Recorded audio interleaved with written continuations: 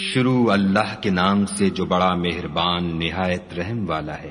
تارے کی قسم جب غائب ہونے لگے کہ تمہارے رفیق محمد صلی اللہ علیہ وآلہ وسلم نہ رستہ بھولے ہیں نہ بھٹکے ہیں اور نہ خواہش نفس سے منہ سے بات نکالتے ہیں۔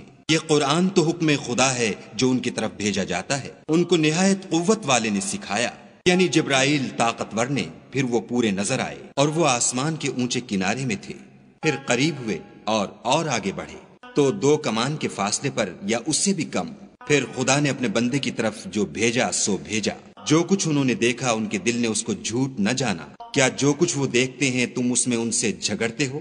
اور انہوں نے اس کو ایک اور بار بھی دیکھا ہے، پرلی حد کی بیری کے پاس، اسی کے پاس رہنے کی بہشت ہے، جبکہ اس بیری پر چھا رہا تھا جو چھا رہا تھا۔ ان کی آنکھ نہ تو اور طرف مائل ہوئی اور نہ حد سے آگے بڑھی۔ انہوں نے اپنے پروردگار کی قدرت کی کتنی ہی بڑی بڑی نشانیاں دیکھیں۔ بھلا تم لوگوں نے لات اور عزا کو دیکھا اور تیسرے منات کو کہ یہ بت کہیں خدا ہو سکتے ہیں؟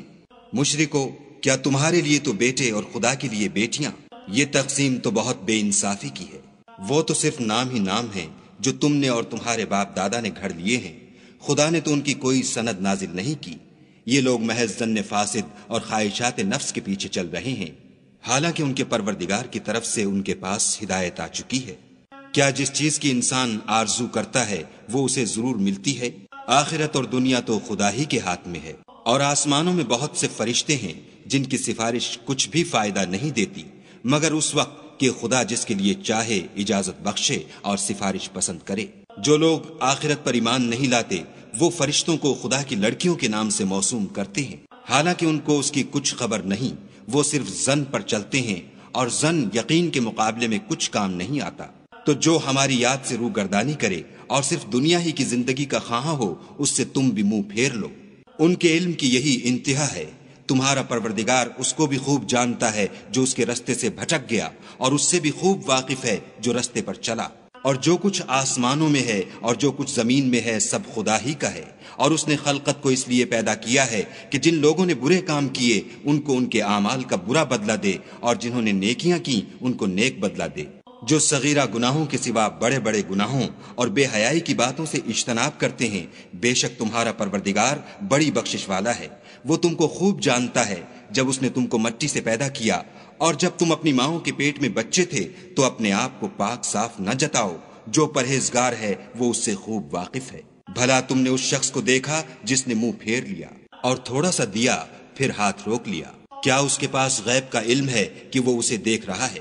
کیا جو باتیں موسیٰ کے صحیفوں میں ہیں ان کی اس کو خبر نہیں پہنچی؟ اور ابراہیم کی جنہوں نے حق اطاعت اور رسالت پورا کیا، وہ یہ کہ کوئی شخص دوسرے کے گناہ کا بوجھ نہیں اٹھائے گا، اور یہ کہ انسان کو وہی ملتا ہے جس کی وہ کوشش کرتا ہے، اور یہ کہ اس کی کوشش دیکھی جائے گی، پھر اس کو اس کا پورا پورا بدلہ دیا جائے گا، اور یہ کہ تمہارے پروردگار ہی کے پاس پہنچنا ہے، اور یہ کہ وہ ہنساتا اور رلاتا ہے، اور یہ کہ وہی مارتا اور جلاتا ہے، اور یہ کہ وہی نر اور مادہ 2 قسم کے حیوان پیدا کرتا ہے، یعنی نطفے سے جو رحم میں ڈالا جاتا ہے، اور یہ کہ قیامت کو اسی پر دوبارہ اٹھانا لازم ہے، اور یہ کہ وہی دولت مند بناتا اور مفلس کرتا ہے، اور یہ کہ وہی شعرا کا مالک ہے، اور یہ کہ اسی نے عاد اول کو ہلاک کر ڈالا، اور سمود کو بھی غرض کسی کو باقی نہ چھوڑا، اور ان سے پہلے قوم نوح کو بھی۔